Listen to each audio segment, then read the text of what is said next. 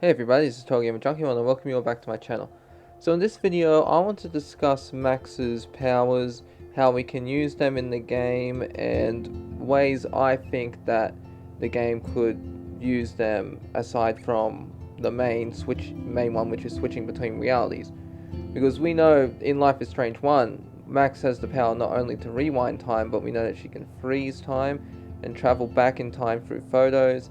And if she has something she takes and then rewinds, she still has it on her person. So I'd like to discuss what type of powers Max will have in this game and how we can use them from a gameplay perspective.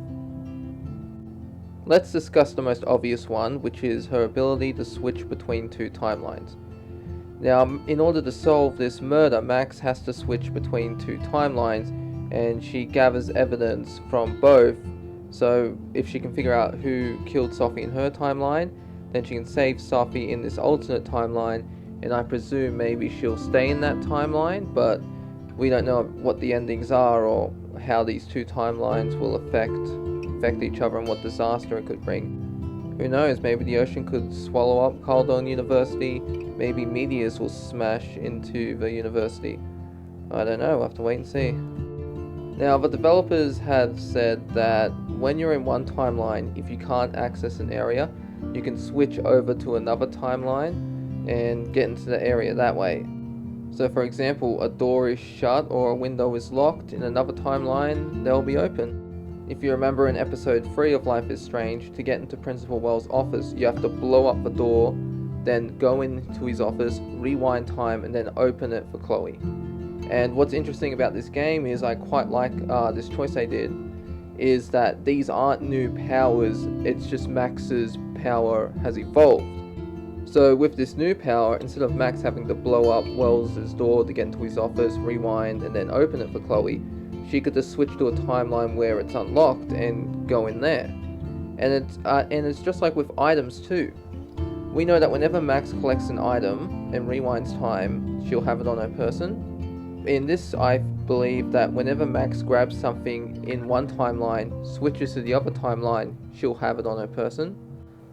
Or perhaps she could do something similar to Elizabeth from the game BioShock Infinite.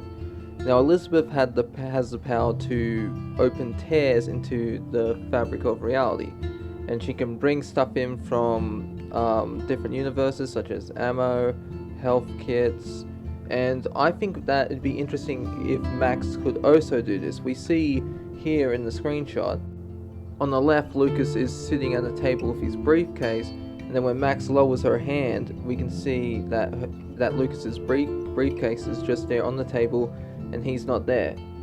So, could Max be bringing stuff in from alternate realities, or maybe making a copy of them so she can look over? I do think that she's going to have to do something like this to convince Moses that she has powers, because the developer said in the game, we can choose to confide in Moses, and he could, with his area of expertise, could explain why Max's powers have changed and what may be going on with them. Now, I hope they don't outright explain where powers come from, because like so far we don't know the point of the powers, whether it's scientific or magical. We know that from the other games, from what we've seen, in order for a person to get powers, they have to go through a traumatic event, and their personality determines what kind of powers they get. But aside from that, we don't know where they came from. Are you born with them and it's just suppressed, or does everyone have powers and it takes certain triggers to activate them? I hope this is never answered, as I do believe not everything needs an answer. That way you keep the mystique, the mystery, and you can make up kind of your own headcanon as to what's going on. The one I'm really interested in is how dialogue choices are affected in both realities. Now, if you remember in Life is Strange 1, whenever Max talked to a person or got a new piece of information, she could rewind time, and then that information would be used as a dialogue option. And this would help you out in the game, especially there were certain parts of the game where you had to do this. But I like the spin that they've done on it in Double Exposure. So as you can see here, in the trailer, one of the shots is we see two moons in the sky, a blue and a red.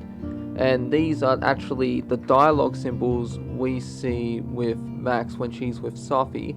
If she's talking with Sophie and Sophie brings up Chloe, you'll see we got the blue symbol. But when Max is talking to Sophie when she's alive in this alternate timeline, the moon symbol is red. Now, the developers have stated that it's not going to be easy to remember what timeline you're in. You can get confused at some points. So I do think it's going to start off simple like this. We're going to see the dialogue with Sophie, it's the blue moon, and then in the alternate timeline it's going to be the red moon. But then as we acquire information across both timelines, we'll be able to use these new dialogues. And it won't be as simple as in, okay, it's not going to tell us you got this dialogue from this timeline or that dialogue from that timeline. It's going to leave it ambiguous, and so we could end up saying something that could actually lock us out of a certain part of the game or an event. Or there's this scene with Gwen, and she's talking to Max in the trailer, and she says, "You're so goddamn nosy, Max," and Max apologizes. Could it be that we got a dialogue from an alternate timeline and brought that up, and Gwen's like, "How the hell do you know that? Like, stay out of my business, that's private information." But Max ended up getting this information from an alternate Gwen who perhaps confided in her. But I do believe there is a way to tell, and I actually mentioned this in a previous video that I'm working on, and it involves the photo wall. Now, I do believe that what you see here, there's two different photo walls. I believe that these are from two different timelines, and when we go to Max's house or wherever she set this up, each wall will have a different photograph on it. Like, you can even see from the lights here, the lights are two different colors, and this could be hinting at us for two different timelines. Or even if we're putting up photos, maybe the game will allow us to position where we put the photo. So let's just say you're confused about what timeline you're in, quickly head back to Max's place or wherever she set up this photo wall, and you can take a look at it. And I'd advise people, actually, this is what I'm going to do. When the photo wall comes, I'm going to write down just what I put on the wall. If it gives us the option, it's like, okay, in this timeline I put this, in that timeline I put that photo there, as a way to help me track it down, so I can just look. It's like, okay, yes, I'm in this timeline. Or I might even do a tally streak for when I'm switching timelines. So okay, so it's like original timeline, alternate timeline, original timeline, alternate timeline. But yeah, I do think this wall will help us determine which one we're in.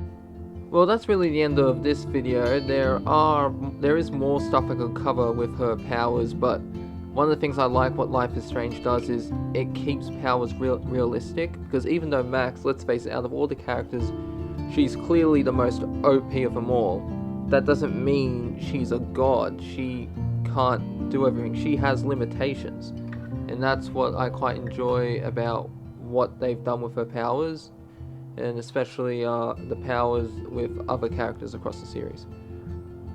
Well, I hope you all enjoyed this video, and do let me know below if you think there are any different powers she might have, or if you think that she won't have certain powers. Just let me know. I enjoy hearing from you all. This is TotalGamerJunkie, signing off.